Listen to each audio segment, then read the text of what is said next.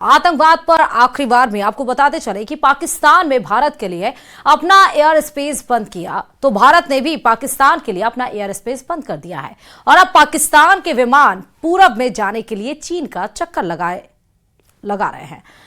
जाहिर है भारत के एयर स्पेस स्ट्राइक से पाकिस्तान की एयरलाइन कमर टूटनी तय है। देखिए इस पर यह रिपोर्ट।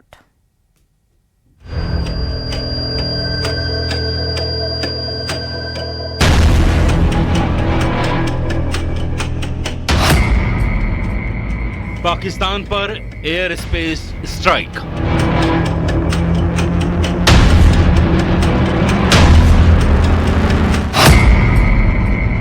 जल प्रहार के बाद वायु प्रहार।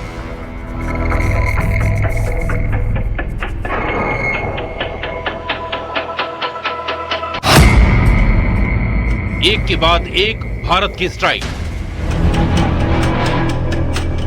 भारत ने पाकिस्तान को करारा जवाब देते हुए अपने एयर स्पेस को पाकिस्तान की उड़ानों के लिए बंद कर दिया है। पाकिस्तान ने भारत के लिए अपना एयर स्पेस बंद किया, उससे भारत को ज्यादा फर्क नहीं पड़ने वाला, लेकिन पाकिस्तान को पूरब में जाने के लिए भारत के एयर स्पेस की सख्त जरूरत है। लेकिन अब उसको ये सहूलियत नहीं मिलने वाली और उस पर एयर स्पेस वाली स्ट्राइक से उसका तगड़ा नुकसान होने वाला है।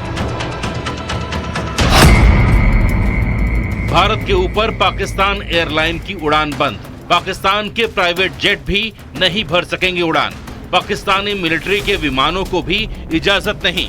पीआईए के लीज पर लिए विमानों पर भी लगाई गई पाबंदी। पाकिस्तान के लिए भारतीय एयर स्पेस पूरी तरह बंद।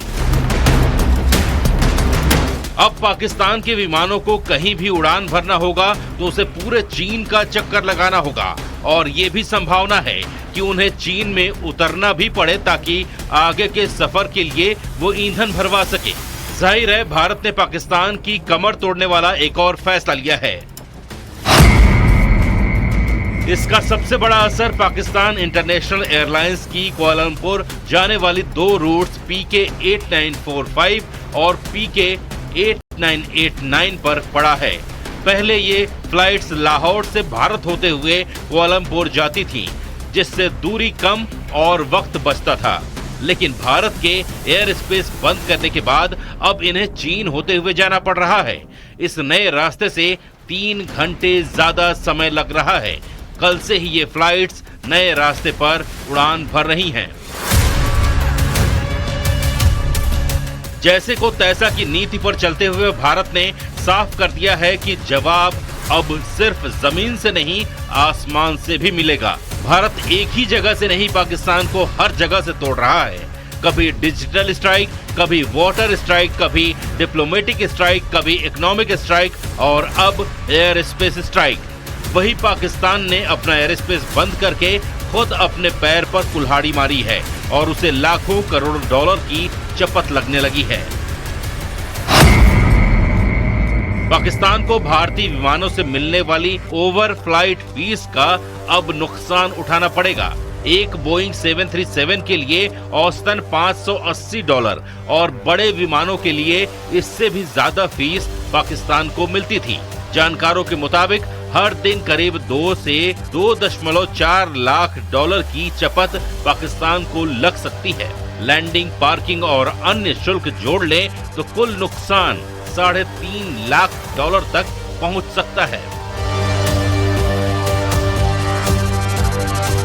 इससे पहले पुलवामा हमले के बाद भी पाकिस्तान ने भारतीय विमानों के लिए एयर स्पेस बंद किया था और उस दौरान उसे करीब $100 मिलियन का घाटा उठाना पड़ा था। लेकिन इस बार उसे दोहरी मार पड़ने वाली है।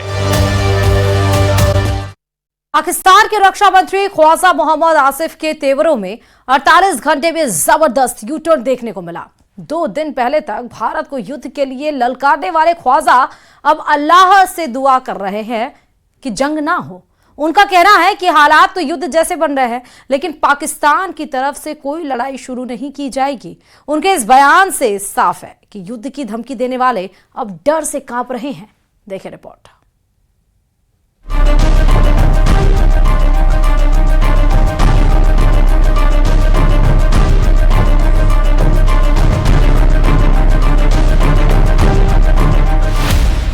पाकिस्तान के जंगबाज मंत्री के बदले सुर।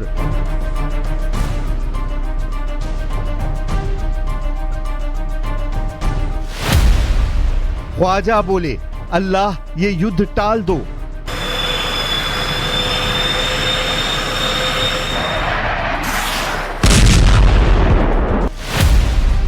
पिटने से पहले पाकिस्तान का सरेंडर।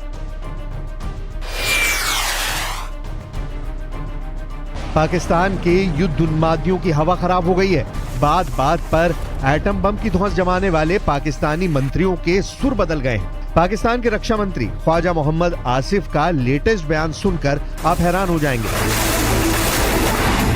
ये वही ख्वाजा हैं जिन्होंने भारत को युद्ध के लिए 2 दिन पहले ललकारा था, लेकिन अब जनाब का नया बयान सुनिए।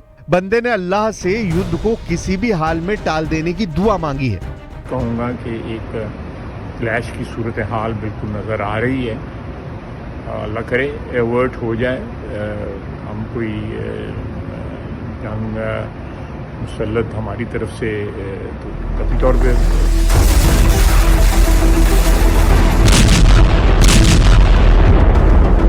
अचानक ख्वाजा आसिफ की तबीयत नासाज हुई है या फिर उन्हें हकीकत का अंदाजा हो गया है? कल तक गीदड़ भपकी जमा रहे ख्वाजा के तेवर ढीले क्यों पड़ गए हैं? क्यों बारूदी साजिशों के ख्वाजा घबराए हुए हैं?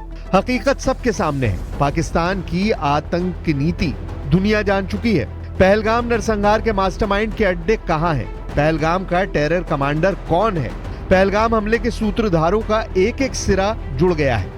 भारत इन आतंकजीवियों का फैसला कर चुका है। पीएम मोदी पड़ोसी मुल्क में पल रहे आतंकी सरगनाओं के सर्वनाश का ऑर्डर दे चुके हैं। जाहिर है जिन दहशतगर्दों की बदौलत पाकिस्तानी जनरलों की अघोषित सत्ता पाकिस्तान में चल रही है, जब वही नहीं बचेंगे तो कायरों का क्या होगा? वही खौफ अब ख्वाजा जैसे लीडरों को खाए जा रहा है। इसलिए ख्वाजा अल्लाह से जंग टालने के लिए दहाड़े मार रहे हैं।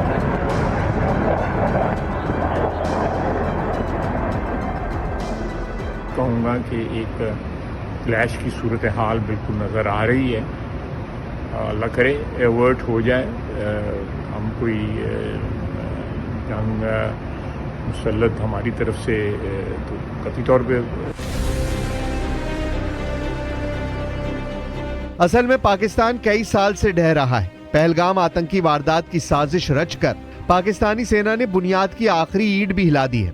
भूख की मारी पाकिस्तानी अवाम हुक्मरानों की बारूदी साजिशों से परेशान है। पाकिस्तानी लोगों में सेना के खिलाफ जबरदस्त गुस्सा है।